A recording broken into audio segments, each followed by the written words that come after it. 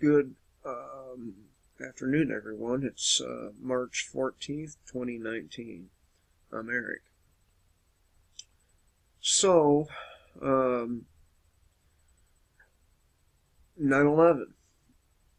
Grand jury filing over use of explosives on 9/11 names names of who may have blown up the towers. This is at the Free Thought Project, and probably a few others. So, anyone who questioned the official narrative on 9/11, about 9/11, were called quacks, conspiracy theorists, and all manner of different derogatory names. And pretty soon, people are going to have a very, very rude awakening as to what actually happened on 9/11, and they're not going to be able to deny it. So the Free Thought Project reported a monumental step forward in the pursuit of 9/11 truth, and it took place in December when a United States attorney agreed to comply with federal laws, or a federal law, requiring submission to a special grand jury of evidence that explosives were used to bring down the World Trade Centers. The group behind the submission, the Lawyers Committee for 9/11 Inquiry, announced the filing of a petition supplement naming persons who may have information related to the use of those explosives.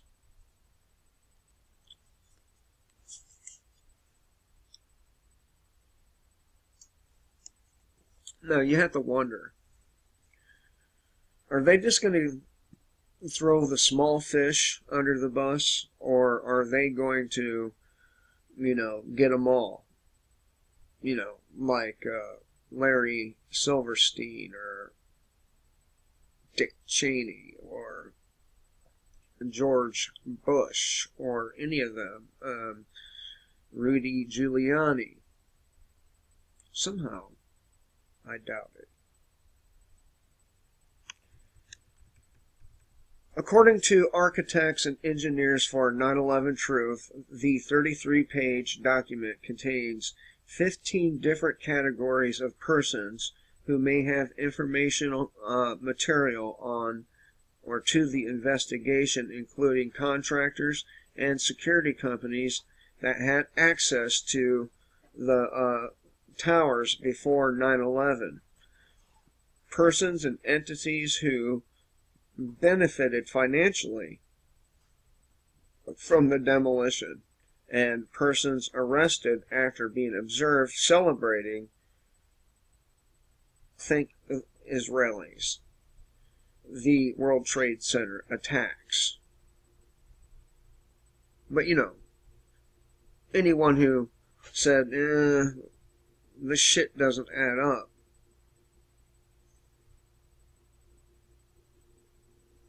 we're conspiracy theorists. And same thing with the Parkland incident and the Vegas incident and all the other incidents.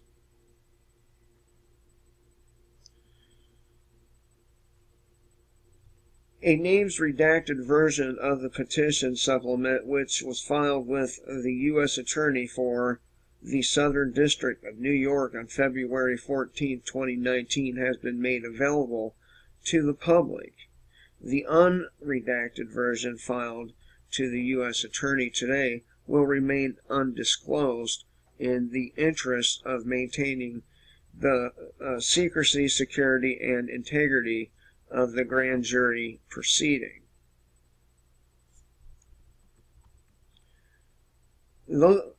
Those names should be released.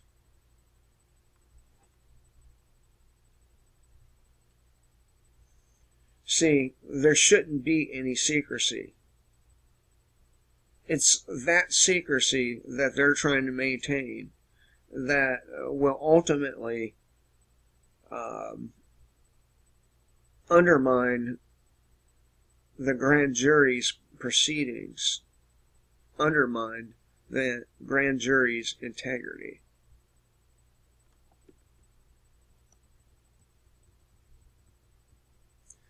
The Free Thought Project reported in December, for the first time since 9/11, the federal government is taking steps to prosecute the use of explosives to destroy the World Trade Centers. Conspiracy theorists, remember?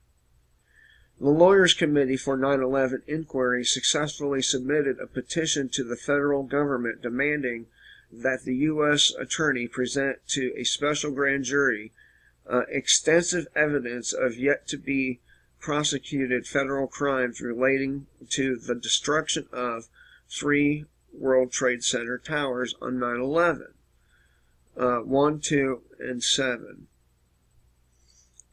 After waiting months for the reply, the U.S. Attorney responded in a letter noting that they will comply with the law. Wow, that's amazing. The government's complying with one of its own laws. In quotes, "We have received and reviewed the Lawyers Committee for 9/11 Inquiry, Inc.'s submissions of April 10, July 30, 2018. We will comply with the provisions of 18 U.S.C. 3332 as they relate to your submissions," U.S. Attorney Jeffrey Berman stated. According to the petition, dozens of exhibits were presented as evidence that explosives were in fact used to destroy all 3 World Trade Center towers.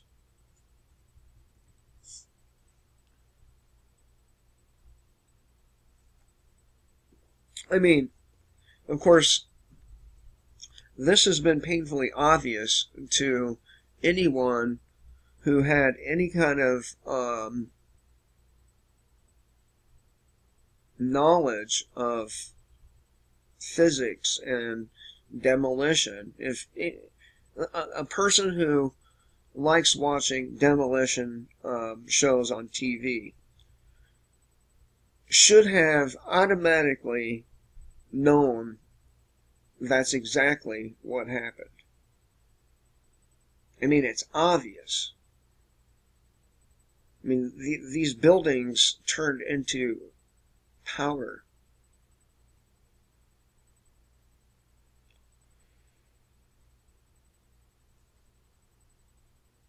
The Lawyers Committee's April 10th 52-page original petition was accompanied by 57 exhibits and presented extensive evidence that explosives were used to destroy 3 World Trade Center towers on 9/11. That evidence included independent scientific laboratory analysis of WTC dust samples, showing the presence of high-tech explosives and or incinerators, numerous first-hand reports by first responders of seeing and hearing explosions at the World Trade Center on 9/11, expert analysis of seismic evidence that explosions occurred at the World Trade Center towers on 9/11, both prior to the airplane impacts and prior to the building collapses, and expert analysis testimony by architects, engineers, and scientists concluding that the rapid onset, symmetrical, near free-fall acceleration collapse of these 3 WTC high-rise buildings on 9/11 exhibited the key characteristics of controlled demolition.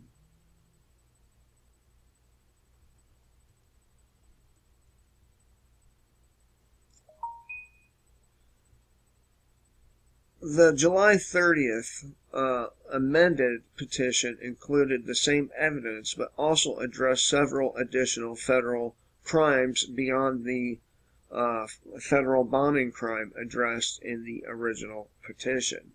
The Lawyers' Committee concluded in the petition that explosives and incendiary devices that had been placed at the World Trade Centers were detonated, causing the complete collapse of the World Trade Center, Twin Towers, and Building 7 on 9/11, and the resulting tragic loss of life, and that the evidence permits no other conclusion.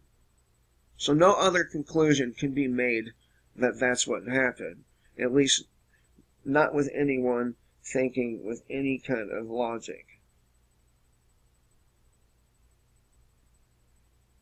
But conspiracy theorist. You know what I think it is? I think it's most people don't like individuals who apply logic. And I'll give you an example, and this is, far from the same thing, but so say you buy weed on a regular basis, and say a half ounce cost $80, right? And one day you want to buy a whole ounce, but that whole ounce costs $175, $180,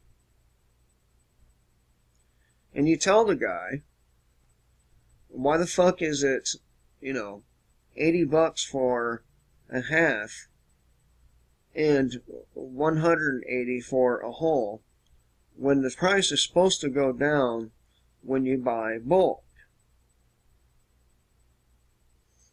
I mean, at very least, the price should have been $160, right?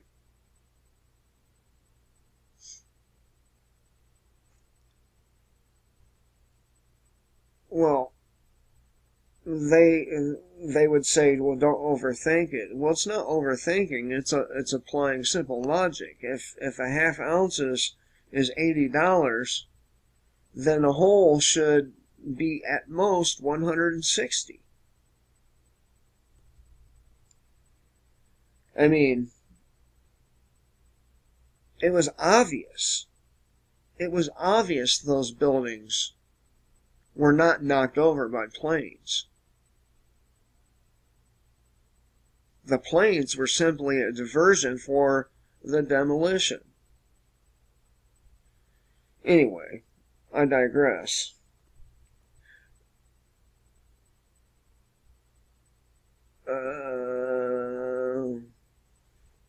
Okay, so I left off at the evidence permits no other conclusion as a matter of science, as a matter of logic, and as a matter of law.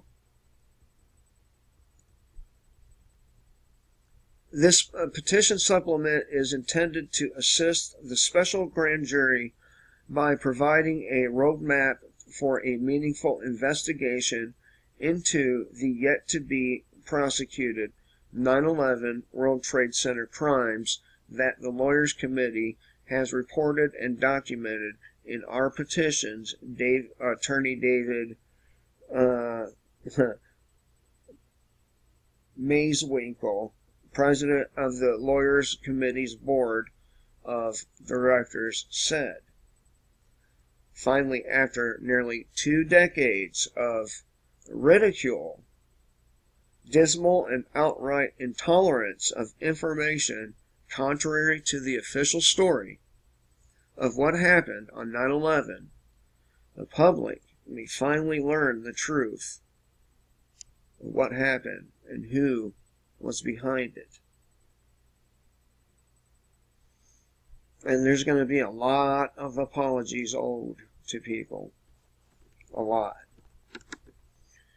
And you know what? This will aid those of us who are called conspiracy theorists the next time around. Because all we'll have to do is say, hey, you remember 9/11? You remember how everyone called us quacks and conspiracy theorists and tin-foil hat wearer and so on and so forth? Maybe you should actually pay attention and follow the chain of logic that's being used instead of reacting with stupidity and emotion.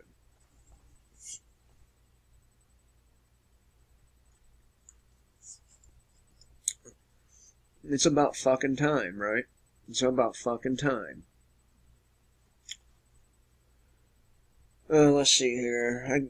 I'll cover this one real quick. So, a federal judge bans healthy children from school for being unvaccinated. And this happened in... oh, shit. I could have swore it said... well, anyway. Despite being entirely healthy, a federal judge handed down a decision this week that denied healthy children entry into school based on the sole factor of being unvaccinated. The judge cited an unprecedented measles outbreak for his decision to ban unvaccinated children from school. Obviously, he didn't do any kind of reading or research before he made this decision, and he should not be a judge as a result of that. He says the plaintiffs did not demonstrate that public interest weighs in favor of granting an injunction. After the judge's ruling in the courtroom, parents of the children who are now being treated as 21st century lepers embraced each other in disappointment and shame. I don't know why they're ashamed. I'm not ashamed of my child being unvaccinated. Look, we get little snivels here and there. We don't get majorly sick. Not my children anyway. Then they talk about how it's confusing to the child and how it's having a psychological impact on them. There were 44 families who filed the lawsuit, and 44 of them had children banned from the school.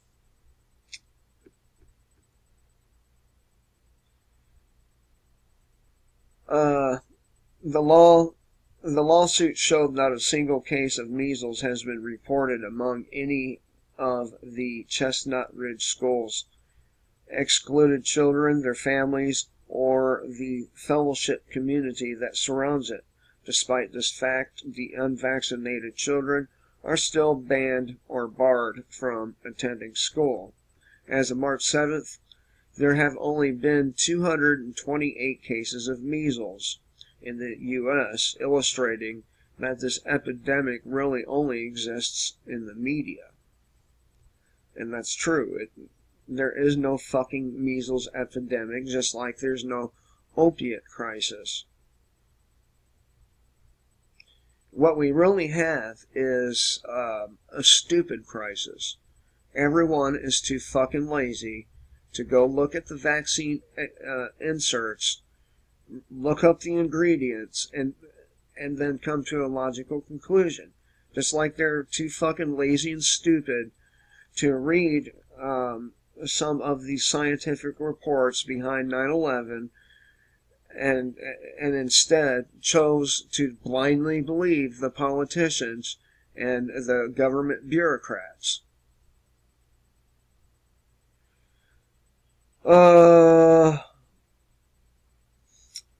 What's more, most people who get the measles make a full recovery within a week or so, although some studies do link unvaccinated people to measles cases.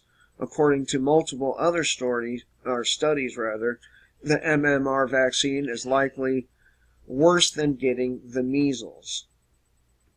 In 2017, the Physicians for Informed Consent reported in the British Medical Journal that every year approximately 5,700 U.S. children suffer from seizures as a direct result of the measles, mumps, and rubella MMR vaccine.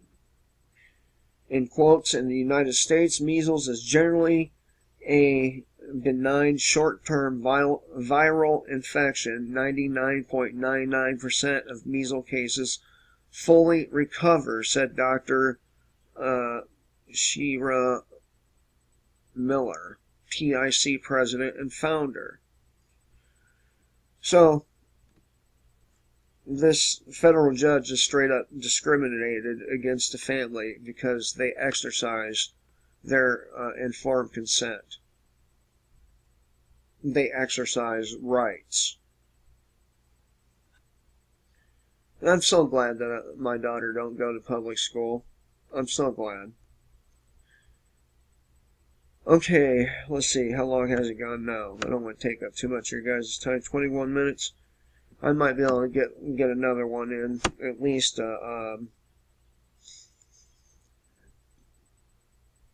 talk about it right quick. Proposed ban on social media gun pictures proves gun control is total control. Yeah, I'm telling you. If you think you're treated badly by the government and its enforcement class now, if you think you can be arrested for anything now, which you can, just wait until they think no one has weapons, if they ever get that far. So if you post it on social media, that's probable cause for us to come get the guns out of your house. Democrat Florida State Senator Jason Pizzo proclaimed in a Facebook video 3 years ago. That's it. It's now on you to explain why you have a gun in your house and why it's on social media. It's none of your fucking business why I have a gun in my house. If I have a gun in my house and I don't post it on social media, and neither should you. Don't take pictures of yourself with guns and put them on Facebook or any other social media platform because they know you have a gun at that point. The whole point of buying off the black market, the whole point of not registering is to keep it quiet that you have the weapons in the first place.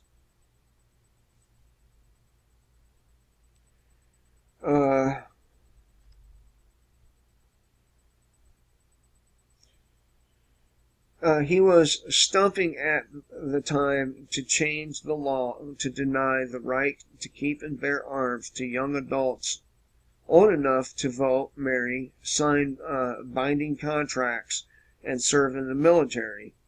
Pending that, he wanted parents to call the police on their children if they saw them posting pictures and videos with guns online.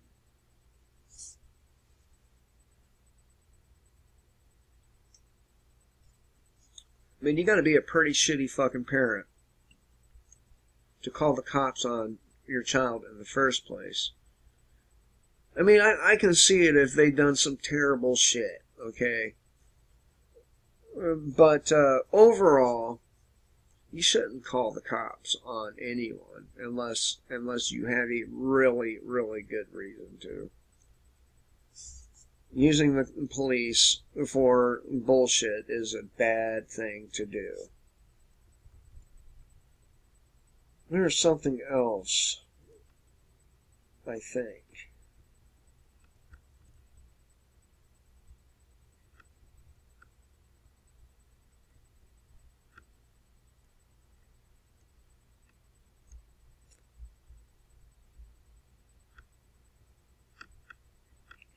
Maybe not.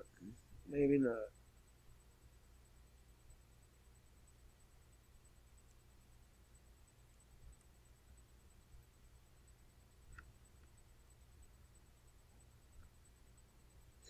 Oh, Kentucky governor signs a constitutional carry bill into law. Yeah, and here's the thing is, you can see how this divide just keeps getting bigger and bigger, and the gap is getting wider and wider. And there's only one place this is all going to lead. But, you know, it's good that some of these fucking politicians are recognizing that that people are going to need to be able to defend themselves. But Kentucky Governor Matt Bevin has signed a bill into law making it legal for state residents to carry firearms concealed without a license, and also fostering an environment more hostile to federal gun control. A coalition of 11 Republicans sponsored Senate Bill 150, or SB 150. Under the new law, it is now legal to carry a firearm concealed in Kentucky without a license. They gave back a right you already had.